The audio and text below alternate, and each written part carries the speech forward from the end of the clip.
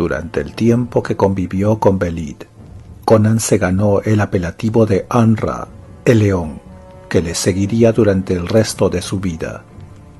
Belit ha sido el primer gran amor de su vida, y después de su muerte, el cimerio no volverá al mar hasta pasados algunos años.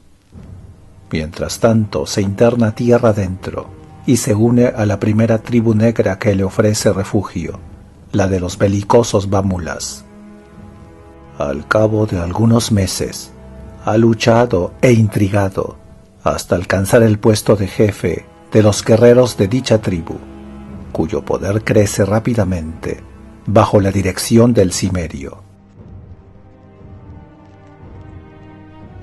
El redoble de los tambores y el estruendo del gran cuerno de elefante era ensordecedor, pero en los oídos de Livia el clamor sonaba como un confuso murmullo, monótono y lejano.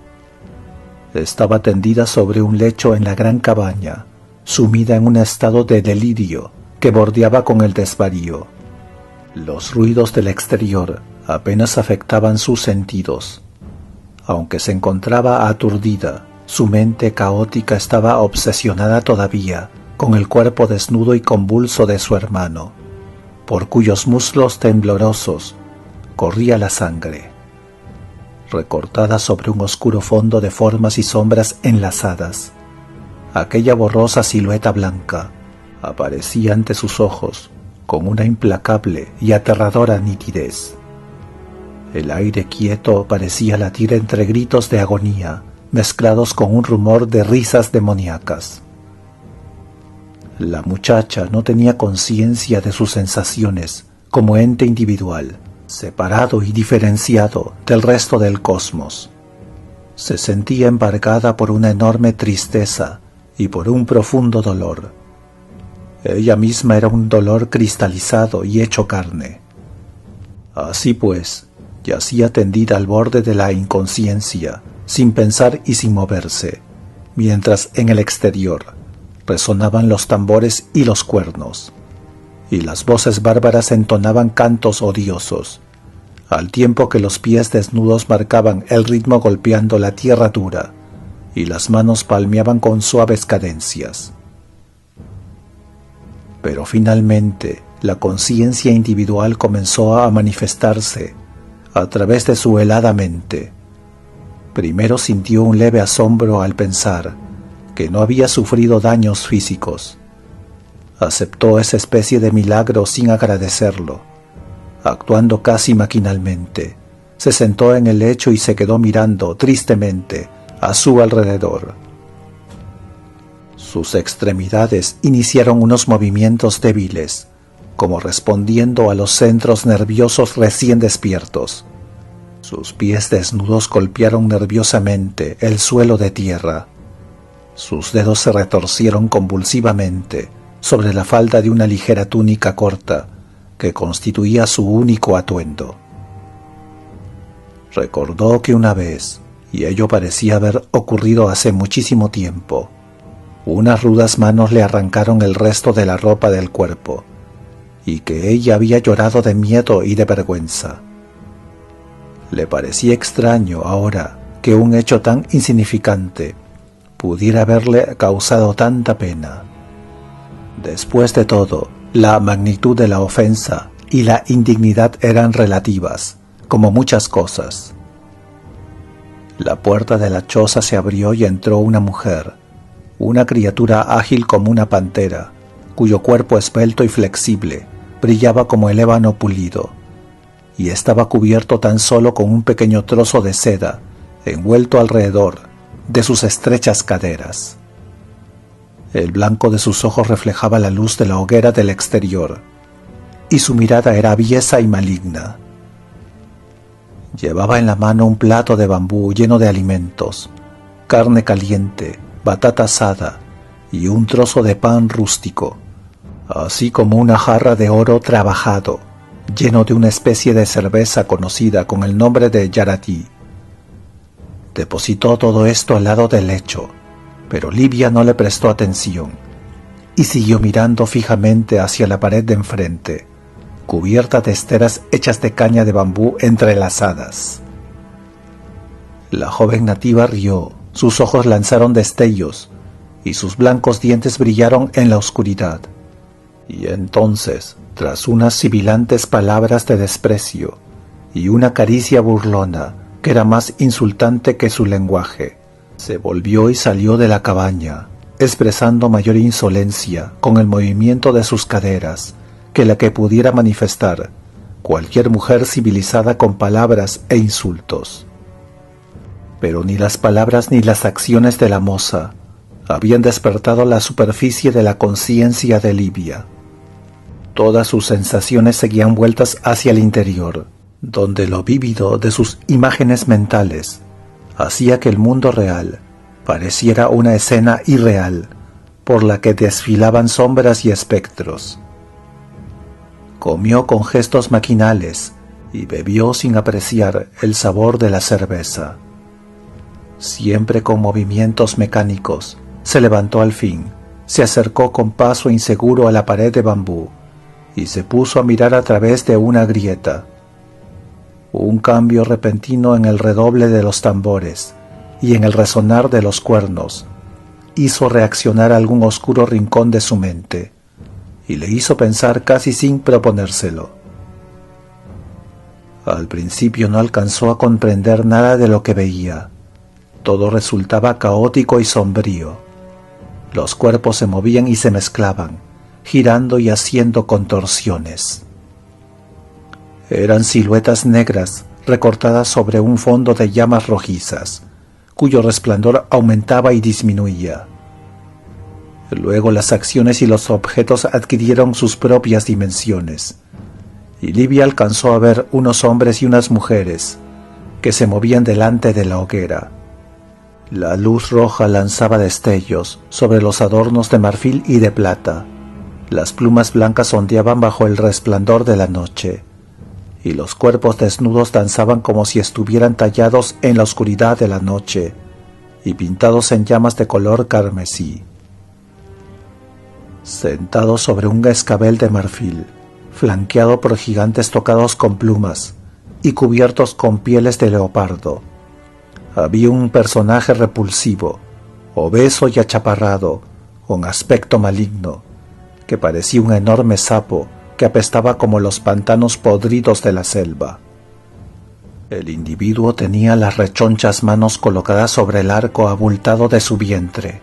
Su pescuezo era un rollo de grasa que parecía proyectar su cilíndrica cabeza hacia adelante.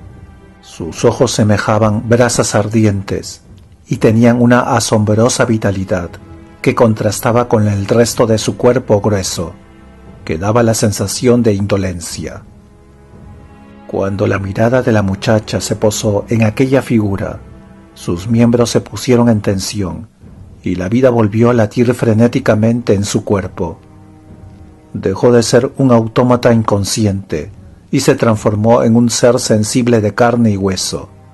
Sintió un escalofrío y luego la sangre ardió en sus venas. El dolor fue sustituido por el odio, un odio tan intenso que a su vez se convirtió en dolor. Se sintió dura y quebradiza al tiempo, como si su cuerpo estuviera hecho de acero. Su aborrecimiento abarcaba todo su campo visual, y se volvió tan tangible que pensó que el objeto de su odio caería muerto en su escabel tallado por la intensidad de sus sentimientos. Pero si Bahug, rey de Bacalá, sintió alguna molestia a causa de la concentración psíquica de su prisionera, lo cierto es que no lo demostró. Por el contrario, continuó atiborrando su boca de batracio con puñados de golosinas, que le tendía en una bandeja una mujer arrodillada, y siguió mirando hacia el amplio camino que formaban sus súbditos, al apiñarse en dos sendas filas a ambos lados. Livia comprendió vagamente que por aquel pasillo, flanqueado por una negra y sudorosa masa de hombres, iba a llegar algún personaje importante, a juzgar por el redoble estrepitoso de los tambores y el clamor de los cuernos. Y en ese momento apareció lo que los nativos estaban esperando. Los guerreros negros avanzaron en una columna de 3 en 3 hacia el reyezuelo sentado en la silla de marfil.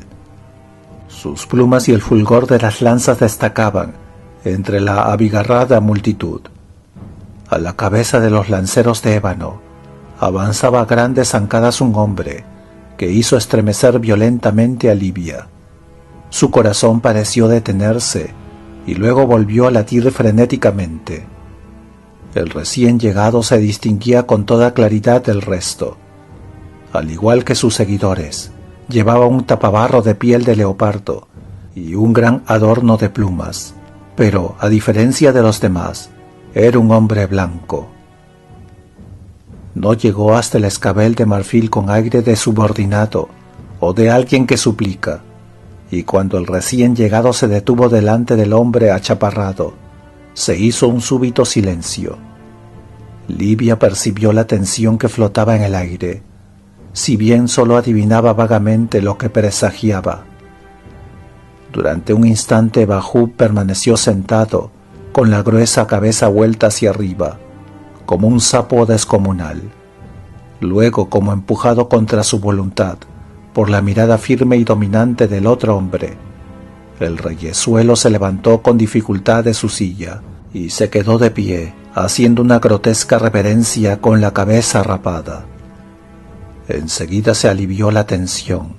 De las filas de las habitaciones de la aldea surgió un tremendo vocerío, y ante un ademán del desconocido, sus guerreros levantaron las lanzas y corearon a gritos un saludo para el rey Bahub. Quienquiera que fuese el hombre blanco, Libia se dio cuenta de que debía de ser muy poderoso en aquella tierra, cuando Bahub, el reyezuelo de Bacalá, se ponía de pie para recibirle, y poder significaba prestigio militar, pues lo único que respetaban esos salvajes era la violencia. De ese modo Libia permaneció con los ojos pegados a la grieta de la pared de la choza, observando al forastero. Sus guerreros se mezclaron con los Bacalá y bailaron, comieron y bebieron cerveza con ellos. El hombre blanco, junto con algunos de sus jefes, se sentó con Bahub y sus lugartenientes, con las piernas cruzadas sobre esterillas, y comieron y bebieron hasta hartarse. La joven vio que el hombre blanco hundía las manos en los casos de comida, al igual que los demás, y bebía de la misma jarra de cerveza que Bahub, pero notó que se le concedía el respeto debido a un rey, puesto que no había otro escabel de marfil. Bahub renunció al suyo y tomó asiento sobre la esterilla, junto a su invitado. Cuando traían una nueva jarra de cerveza, el rey de Bacalá apenas la probaba y se la pasaba enseguida al hombre blanco. Poder. Todo aquel ceremonial apuntaba al poder, la fuerza, el prestigio. Libia tembló llena de excitación cuando comenzó a forjar un plan en su mente.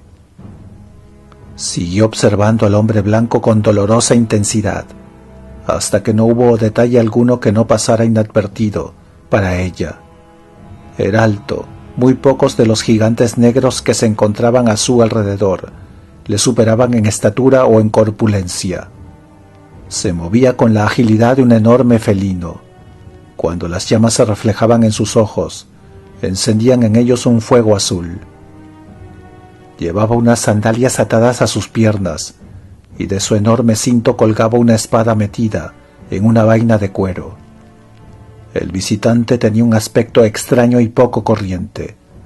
Libia jamás había visto un hombre semejante, pero no se preocupó por saber a qué raza pertenecía. Le bastaba con que su piel fuera blanca. Pasaron las horas y poco a poco fue disminuyendo la algarabía, ya que tanto los hombres como las mujeres se iban hundiendo en el sopor de la borrachera.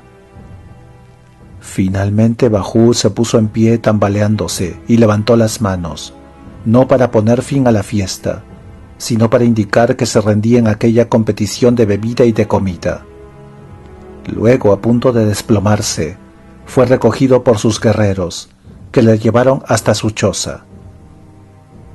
El hombre blanco también se levantó, sin dar aparente muestras de hallarse afectado por la enorme cantidad de cerveza que había bebido, y fue escoltado hasta la cabaña de invitados por algunos de los hombres de Baju, que estaban en condiciones de hacerlo.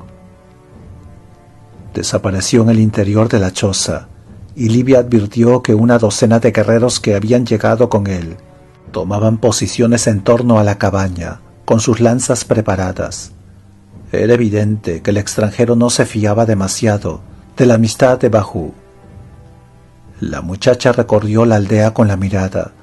Parecía la representación de la noche del juicio final, debido a la cantidad de cuerpos caídos que yacían en las calles. Ella sabía que numerosos centinelas en plena posesión de sus facultades cuidaban la empalizada exterior, pero los únicos hombres despiertos que vio allí eran los lanceros del hombre blanco, y algunos de estos comenzaban a dar cabeceadas y a apoyarse perezosamente en el asta de sus lanzas.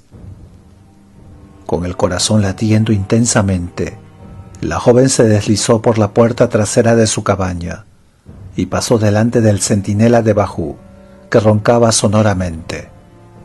Livia atravesó el espacio que mediaba entre su choza y la del forastero, como una sombra de marfil.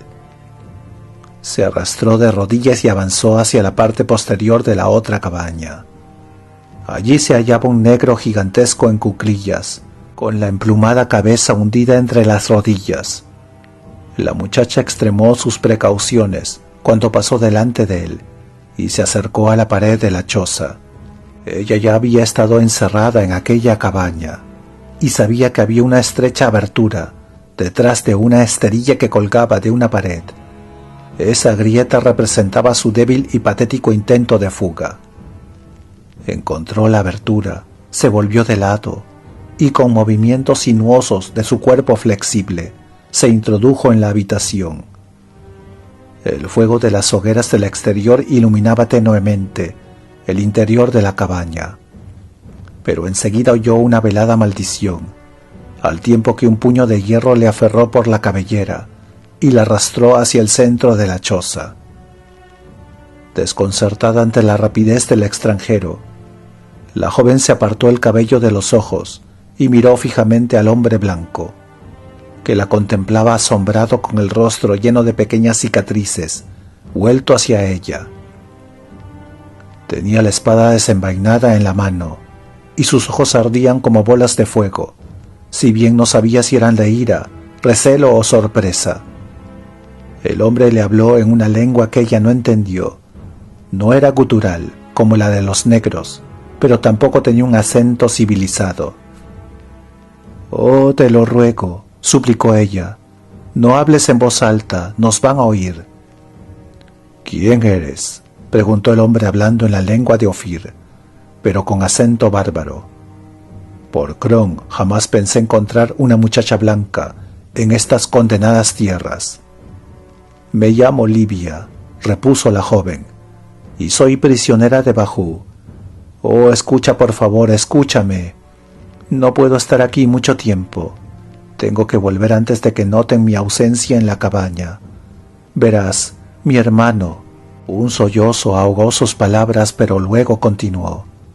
«Mi hermano Teteles y yo pertenecíamos a la casa de Chelcus, una familia de sabios y de nobles de Ofir. Mediante un permiso especial del rey de Estigia, a mi hermano le permitieron ir a Akeshata, la ciudad de los magos, a fin de que estudiara sus artes, y yo le acompañé. Teteles era solo un chiquillo, era menor que yo». La muchacha titubeó y su voz volvió a quebrarse.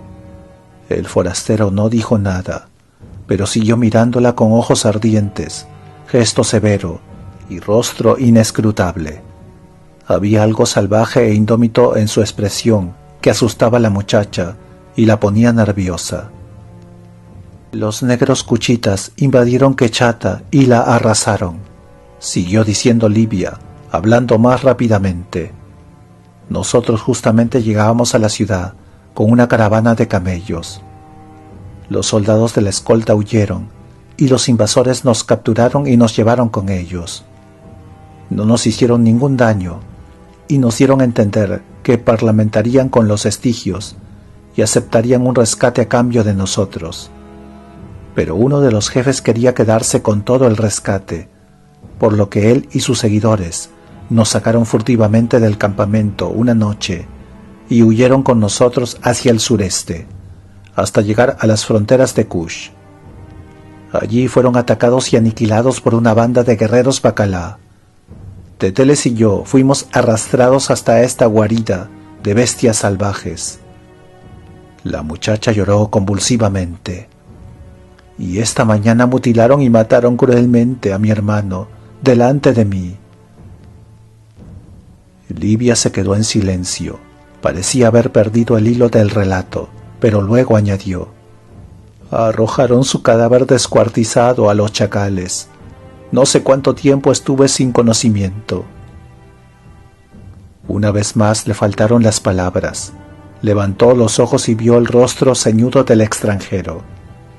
Entonces una furia incontenible embargó a la muchacha. Alzó los puños y golpeó el poderoso pecho del hombre blanco, que no pareció más afectado que si en su piel se hubiera posado una mosca. «¿Cómo puedes quedarte ahí, como un bruto insensible?», gritó ella tratando de no alzar demasiado la voz. «¿Eres acaso una bestia salvaje, como todos los demás?». «Oh, Mitra, alguna vez pensé que los hombres sabían lo que era el honor. Ahora veo que todos tienen su precio. Tú, ¿qué sabes tú del honor, de la compasión o de la decencia? Eres un bárbaro como los otros. Solo tu piel es blanca, pero tu alma es tan negra como la de ellos. Poco te importa que un hombre de tu raza haya sufrido una muerte horrenda a manos de estos perros y que yo sea su esclava. Muy bien». La joven se separó de él y agregó: «Voy a llegar a tu precio», dijo ella, llena de ira, al tiempo que desgarraba la ligera túnica que llevaba puesta, dejando al descubierto sus senos de marfil. «No soy hermosa, no soy más deseable que estas nativas, no soy una recompensa digna por una muerte sangrienta. ¿No vale una virgen blanca el precio de matar a una persona? Entonces, mata a ese perro negro de Bajú. Déjame que vea rodar su maldita cabeza por el polvo. Mátalo, mátalo», añadió golpeando un puño contra el otro, en frenética agonía. «Luego tómate y haz lo que quieras conmigo. Seré tu esclava». El hombre blanco continuó en silencio, siempre de pie, como un titán, con la mano sobre la empuñadura de la espada. «Hablas como si fueras libre para entregarte a placer», dijo, «como si tu cuerpo tuviese el poder de hacer tambalear a un reino. ¿Por qué habría de matar a Bajú a cambio de tu cuerpo? Las mujeres son tan baratas como las plantas en esta tierra, y tu complacencia me tiene sin cuidado. Te valoras demasiado. Si yo te deseara, no tendría que tocarle ni un pelo a Bajú para tomarte. Él te ofrecería a mí como obsequio, con solo pedírselo». Livia suspiró. Todo su ímpetu había desaparecido. La cabaña parecía dar vueltas. Se tambaleó y se dejó caer llena de abatimiento sobre el lecho. La amargura la inundaba al comprender el absoluto desamparo en que se hallaba. La mente humana se aferra inconscientemente a ideas y valores conocidos, aún en un medio extraño y en condiciones muy diferentes de aquella en la que dichos valores tienen vigencia. A pesar de todo lo que había vivido, Livia creyó instintivamente que su ofrecimiento tendría algún valor, y ahora se asombraba al ver que no tenía ninguna trascendencia. No podía mover a los hombres como si fueran peones de un juego. Por el contrario, ella misma era uno de esos peones. Sí, es absurdo suponer que un hombre en este rincón del mundo actúe según las normas y costumbres existentes en otros países, murmuró Livia débilmente, apenas consciente de lo que estaba diciendo. Aturdida por este nuevo giro del destino, permaneció inmóvil hasta que el hombre blanco la cogió por los hombros, con manos férreas, y la hizo poner de pie. Has dicho que soy un bárbaro, dijo él con aspereza. Y afortunadamente eso es cierto, gracias a Kron. Si tú hubieras tenido como escolta gentes de tierras lejanas, en lugar de civilizados enclenques sin agallas, no serías la esclava de un cerdo esta noche.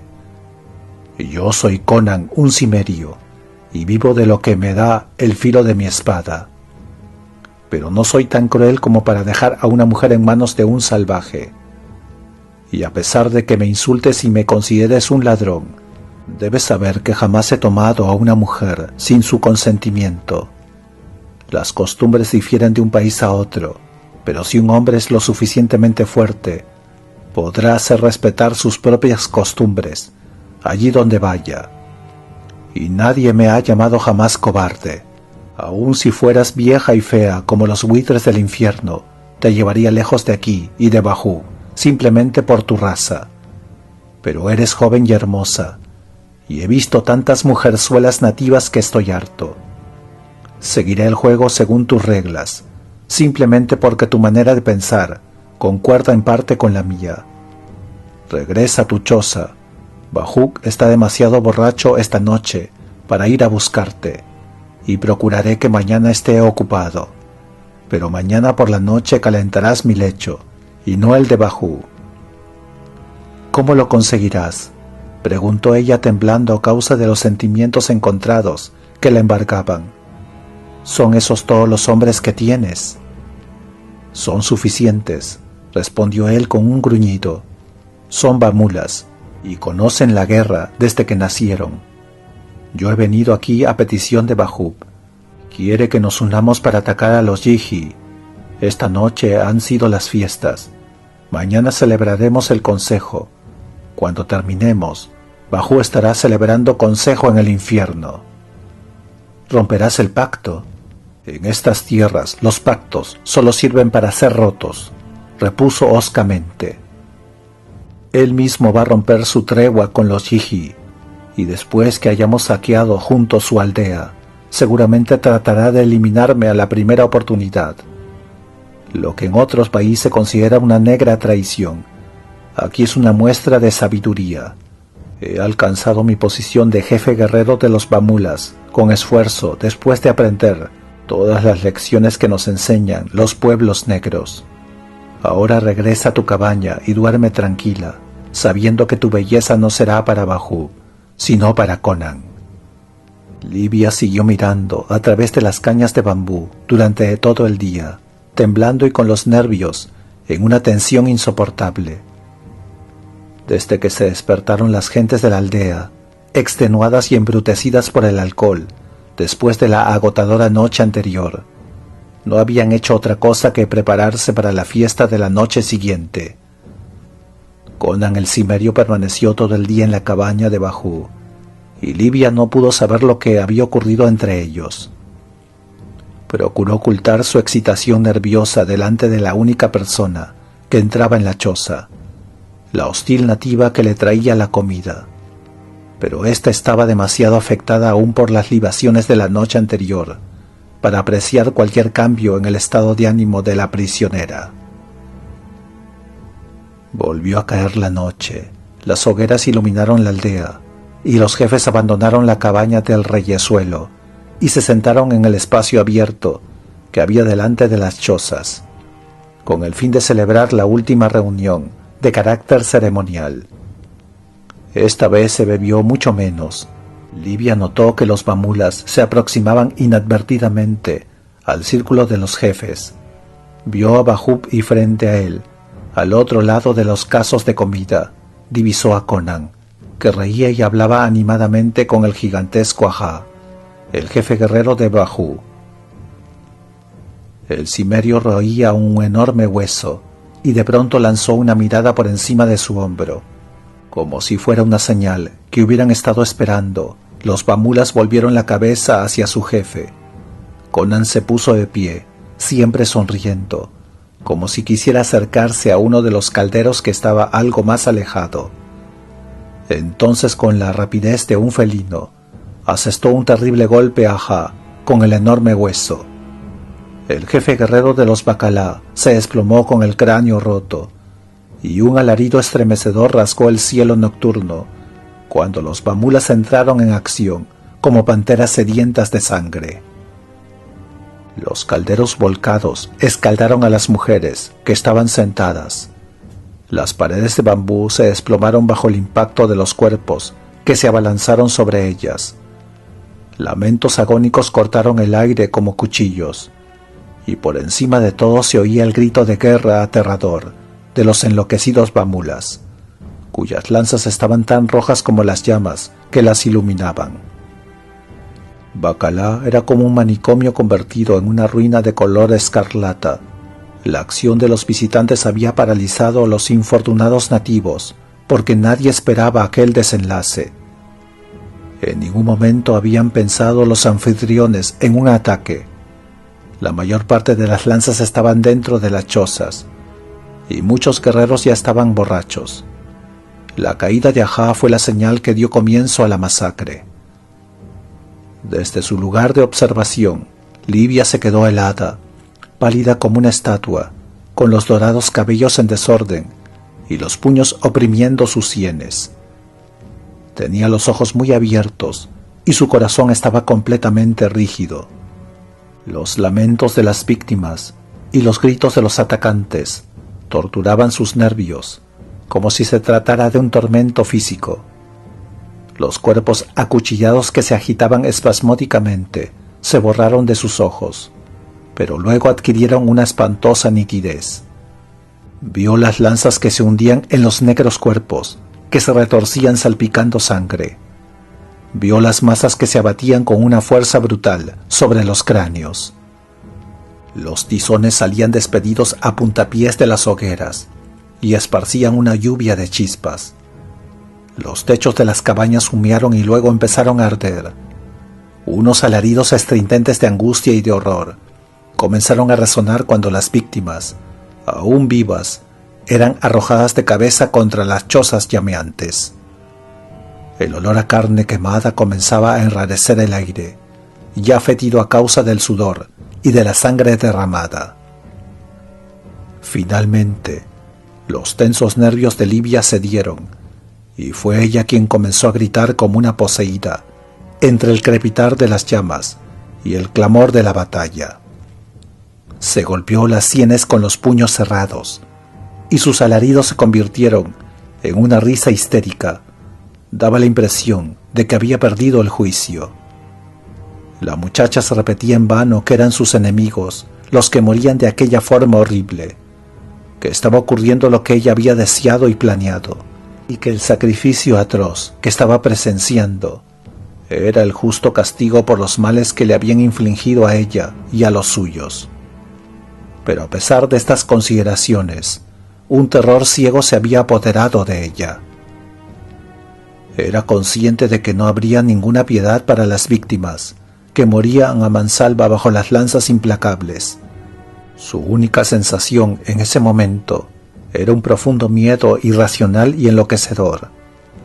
Vio a Conan como una blanca silueta recortada contra los cuerpos de los negros. Vio centellear su espada, y los hombres caían como moscas a su alrededor. A continuación divisó un cuerpo obeso que se arrastraba por el suelo, cerca del fuego. Conan saltó hacia allí, pero quedó oculto tras unos cuerpos negros en movimiento. Se oyó un chillido agudo, y Livia vio fugazmente el grueso cuerpo del reyezuelo, que caía al suelo chorreando sangre. Luego los bamulas siguieron luchando con los bacalá, y el acero cortaba el aire como una flecha en la oscuridad. Inmediatamente después, la muchacha escuchó un alarido triunfal y primitivo. Conan se abría paso entre la multitud y se dirigía hacia la cabaña en la que se encontraba la muchacha. En la mano traía algo. A la luz de las llamas Livia pudo ver que se trataba de la cabeza del rey Bajú. Tenía los ojos vidriosos vueltos hacia arriba, mostrando solo el blanco. La mandíbula colgaba suelta como una mueca trágica, y del cuello cortado caían gruesas gotas de sangre. Livia retrocedió lanzando un gemido. Conan había cumplido su promesa, y ahora venía a reclamar su pago sosteniendo en la mano la prueba de que lo había realizado. Dentro de poco él la tocaría con sus dedos manchados de sangre y la besaría con aquella boca que aún jadeaba por el esfuerzo de la matanza. Este pensamiento provocó el delirio en ella. La joven lanzó un grito de espanto, corrió por la choza y se arrojó contra la puerta posterior, que se desplomó bajo el impacto del golpe. Una vez fuera, Livia huyó a través de la aldea como un blanco fantasma en un reino de sombras negras y de llamas rojas. Algún oscuro instinto la llevó hasta las caballerizas.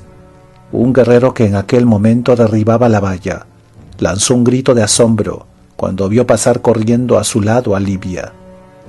Su mano aferró el cuello de la túnica de la joven. Con un tirón frenético, ésta consiguió liberarse, dejando la prenda en las manos del negro. Los caballos relincharon e iniciaron una rápida estampida. Pasaron al lado de ella y arrollaron al desprevenido guerrero. Los animales estaban aterrados por el fuego y por el intenso olor a sangre que había en el lugar. La muchacha se aferró ciegamente a las crines de un caballo que pasaba. Fue levantada en vilo y volvió a caer de pie. Luego dio un salto y con gran esfuerzo consiguió montar sobre el lomo del negro corcel. Presas de pánico, los animales del tropel cruzaron las llamas y levantaron una lluvia de chispas con los cascos. Las gentes de color vieron asombrados a la muchacha desnuda que cabalgaba pelos sobre el caballo, con su melena dorada ondeando al viento. El caballo cruzó la empalizada con un salto impresionante y se perdió en el aire cálido de la noche. Livia no hizo intento alguno de guiar a su caballo. Los gritos y el resplandor del fuego se desvanecían a su espalda. El viento agitaba sus cabellos y acariciaba sus miembros desnudos. Solo era consciente de su desesperada necesidad de seguir aferrada a las ondulantes crines del animal y de huir hasta los confines del mundo, lejos del dolor, de la pena y del horror. El animal cabalgó sin descanso durante horas, hasta que tropezó con una piedra y se desplomó, arrojando a su jinete al suelo. La muchacha notó que caía sobre el suave césped, donde permaneció unos instantes aturdida. Luego oyó que el animal se alejaba trotando. Cuando Livia se incorporó tambaleándose, lo primero que le impresionó fue el silencio que reinaba en aquel lugar. Era algo casi tangible, como un suave y oscuro terciopelo, que resaltaba aún más después del incesante redoblar de los tambores y del resonar de los cuernos que la enloquecieron durante días. La joven miró al cielo, donde las grandes estrellas blancas se apiñaban en la oscuridad del firmamento. No había luna, pero el fulgor de las estrellas iluminaba tenuemente la tierra. Livia siguió inmóvil en la colina cubierta de césped sobre la que había caído, y desde la cual las laderas se alejaban hacia el horizonte. Alcanzó a ver una línea oscura de árboles que señalaban el lugar en el que comenzaba la selva. Allí donde estaba solo reinaba la quietud total en la inmensidad de la noche, y una suave brisa meció la hierba. La tierra era vasta y parecía adormecida. La caricia del viento hizo que Livia notara su desnudez. Se estremeció y se cubrió el cuerpo con las manos. Se sentía abrumada por la soledad y el silencio. Estaba completamente sola, en lo más alto de la tierra, y nada se ofrecía a su vista, salvo la noche y el viento.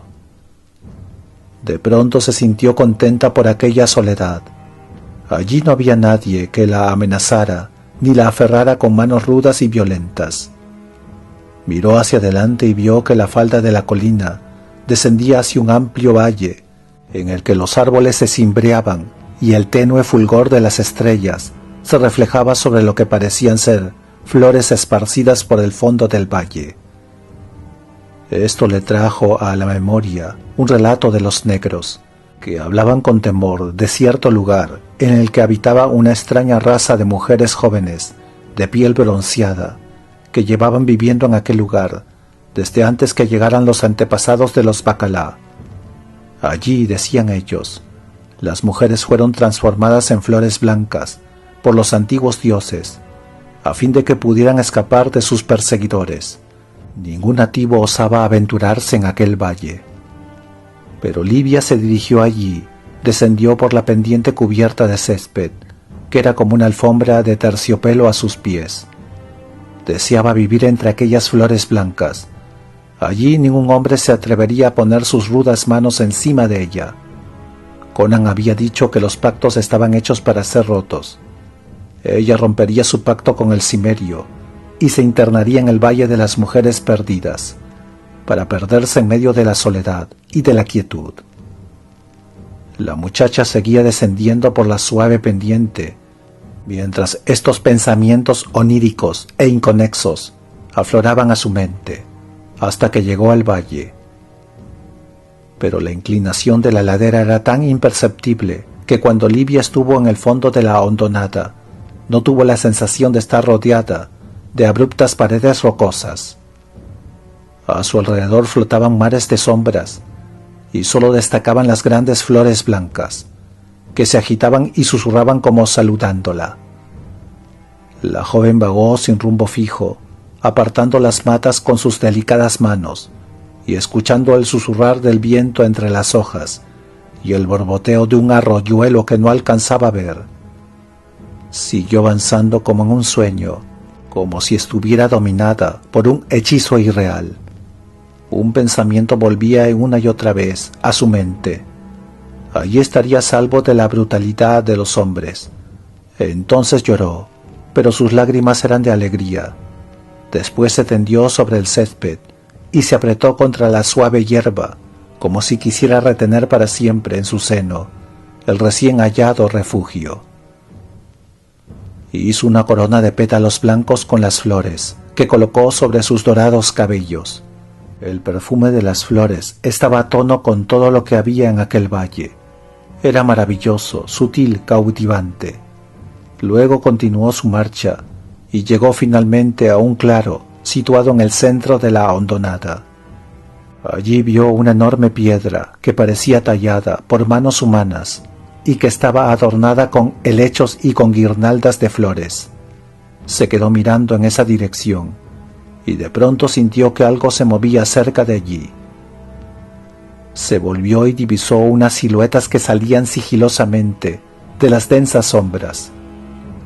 Eran unas esbeltas mujeres de piel cobriza. Estaban desnudas y llevaban flores en el pelo. Se acercaron a ella sin hablar, como personajes de un sueño. Pero de pronto el terror se apoderó de la muchacha cuando miró a las mujeres a los ojos. Eran ojos luminosos y radiantes, pero no eran humanos. Las formas eran humanas, pero en aquellas almas se había producido un cambio que se reflejaba en sus ojos resplandecientes. El temor hizo presa en Livia. La serpiente alzaba su espantosa cabeza en el recién hallado paraíso. Pero ya no podía huir. Las esbeltas mujeres de piel bronceada la rodeaban. Una, más hermosa que las demás, se acercó en silencio a la temblorosa muchacha y la envolvió con sus delicados brazos cobrizos. Su aliento tenía el mismo aroma que las flores blancas que se agitaban bajo la brisa nocturna. Sus labios oprimieron los de Livia en un beso largo y terrible. La muchacha blanca de Ofir sintió que un frío extraño le helaba la sangre. Sus miembros se volvieron frágiles y quebradizos. Permaneció en los brazos de su captora, como una estatua de mármol, incapaz de hablar y de moverse. Luego unas manos suaves y ágiles la lanzaron y la colocaron encima del altar, sobre un perfumado lecho de flores. Las cobrizas mujeres se cogieron de la mano y bailaron una extraña danza alrededor del altar. Ni el sol ni la luna habían visto jamás una danza semejante, y las estrellas se volvieron más blancas y más luminosas, como si aquella oscura hechicería tuviese su respuesta en las profundidades del cosmos. Luego entonaron un cántico que era menos humano que el rumor del lejano arroyo. Era un murmullo de voces muy semejante al de las flores que se mecían bajo las estrellas. Livia estaba consciente, pero era incapaz de moverse. No se le ocurrió dudar de su cordura. No intentó razonar ni pretendió analizar nada de lo que ocurría. Ella existía al igual que aquellas extrañas criaturas que bailaban a su alrededor. Existían. Tenía pleno conocimiento de su ser, y esta convicción se apoderó de ella mientras yacía impotente mirando hacia el cielo lleno de estrellas. Sabía de alguna manera que algo le iba a suceder, del mismo modo que les había ocurrido hacía mucho tiempo a las desnudas mujeres bronceadas que se hallaban a su alrededor, y que las había convertido en los seres sin alma que eran ahora. Primero, y muy por encima de ella, Livia vio un punto negro entre las estrellas, un punto que se agrandaba y se expandía. Luego se acercó a ella y se extendió hasta semejar un murciélago, y siguió creciendo, a pesar de lo cual su forma no cambió apreciablemente. La sombra negra se cernía sobre ella, y después se abatió vertiginosamente en dirección a la tierra. Unas alas enormes se extendieron por encima de la muchacha, que quedó oculta bajo su sombra. El cántico creció en intensidad, y se apreciaba en él una suave alegría pagana, una bienvenida al Dios que llegaba para recibir el sacrificio que se le ofrecía. La ofrenda blanca y sonrosada como una flor humedecida por el rocío del alba. Ahora el extraño ser se encontraba directamente encima de Livia, y el corazón de la muchacha se encogió helado por lo que vio. Las alas eran de murciélago, pero su cuerpo y el rostro que le contemplaba no se parecían a nada de lo que existe en el mar, en la tierra o en el aire. La joven sabía que estaba enfrente al horror más absoluto, frente a una cosa negra y asquerosa, nacida en los hondos abismos del cosmos, más inconcebible que el más espantoso de los sueños de un loco. Rompiendo al fin las ligaduras invisibles que mantenían embotada su voluntad, Livia lanzó un grito de horror. Este fue contestado por otro más profundo y amenazador. Oyó cerca de ella el ruido de pasos precipitados y sintió como una especie de torbellino que giraba rápidamente. Las flores blancas se sacudieron violentamente. Las mujeres cobrizas desaparecieron. Por encima de ella se cernía la enorme sombra negra, pero vio una alta silueta blanca, tocada con ondulantes plumas, que avanzaba rápidamente hacia el altar. «Conan», gritó casi involuntariamente. Al tiempo que lanzaba un belicoso grito salvaje, el bárbaro saltó por los aires empuñando su espada, que centelleó a la luz de las estrellas. Las enormes alas negras se alzaron y se abatieron sobre él. Livia, enmudecida de horror, vio al cimerio envuelto por la negra sombra. La respiración del hombre se hizo jadeante, y sus pies golpearon la tierra, aplastando las blancas flores contra el suelo. En el silencio de la noche se oyó el eco del impacto estremecedor. Conan fue zarandeado como un ratón en la boca de un animal salvaje. Su sangre salpicó el césped y manchó de rojo los pétalos que formaban una alfombra blanca sobre la tierra. Y entonces la muchacha, que observaba la lucha infernal como en una pesadilla, vio que la cosa de alas negras se tambaleaba en el aire. Se oyó un forcejeo supremo y un chasquido de alas mutiladas, y el monstruo, libre ya, se remontó hacia el firmamento y desapareció entre las estrellas. El vencedor quedó aturdido, con la espada aferrada fuertemente en sus manos y las piernas muy abiertas, asombrado de la victoria que acababa de conseguir, pero alerta y dispuesto a continuar la atroz batalla si fuera necesario. Un segundo después Conan se acercó al altar jadeando, mientras caían al suelo gruesas gotas de sangre a cada paso que daba. Su amplio pecho se ensanchaba y se contraía, brillante por el sudor que lo bañaba. La sangre le chorreaba del cuello y de los hombros, empañándole los brazos. Cuando el cimerio tocó a la muchacha, El hechizo que la inmovilizaba desapareció repentinamente. Livia se incorporó y descendió del altar, pero retrocedió ante el contacto de la mano de Conan. Él se inclinó hacia la joven, que se hallaba encogida a sus pies, y le dijo: «Mis hombres me contaron que te vieron salir a caballo de la aldea. Te seguí en cuanto pude hasta que hallé tu rastro, si bien no fue fácil a la luz de la antorcha. Vi el lugar en el que el caballo te arrojó al suelo, y aunque no vi tus huellas allí, estaba seguro de que habías descendido al valle. Mis hombres no quisieron acompañarme, por lo que he tenido que venir solo. Pero dime, ¿qué valle es este? ¿Qué era esa cosa?»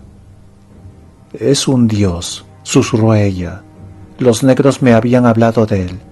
Es un dios que llegó de muy lejos, hace muchísimo tiempo. Es un demonio del negro espacio exterior», dijo Conan lanzando un gruñido. «No es nada raro. Abundan como moscas más allá del cinturón de luz que rodea al mundo. He oído a los sabios de Zamora hablar de ellos. Algunos logran llegar a la tierra, pero cuando lo hacen, han de adoptar alguna forma terrenal. Un hombre como yo, con una espada como la mía, puede enfrentarse a cualquier tipo de engendro con garras y colmillos, sea infernal o terrenal. Ven, mis hombres me esperan del otro lado de la colina». Livia se acurrucó inmóvil y en silencio. No sabía qué decirle al hombre que la miraba con el ceño fruncido. Finalmente la muchacha dijo: «He huido de ti, pensaba engañarte, no tenía intenciones de cumplir mi promesa. Puedes castigarme si quieres». El cimerio se sacudió el sudor y la sangre que le cubrían el rostro, envainó la espada y dijo: «Levántate, reconozco que mi trato no era limpio. No siento ningún remordimiento por lo que le hice a aquel perro negro de Bajú, pero tú no eres una muchacha que se pueda comprar o vender. Las costumbres de los hombres varían de un lugar a otro, pero no hay que comportarse como un cerdo. Después de haber recapacitado, comprendí que obligarte a cumplir tu promesa sería lo mismo que forzarte. Además, no eres lo suficientemente fuerte como para vivir en estas tierras. Eres una mujer de ciudad, de libros y de costumbres civilizadas. No es culpa tuya, pero seguramente morirás enseguida en este ambiente. Y de nada me serviría una muchacha muerta. Ven, te llevaré hasta la frontera de Estigia. Desde allí podrás regresar a tu hogar en Ofir». «Mi hogar, Ofir, mi gente», repitió la joven mecánicamente. «Ciudades, torres, mi hogar».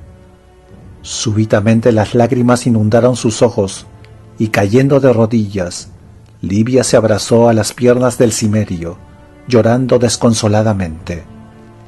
«Por Crom, muchacha», dijo él turbado, «no hagas eso.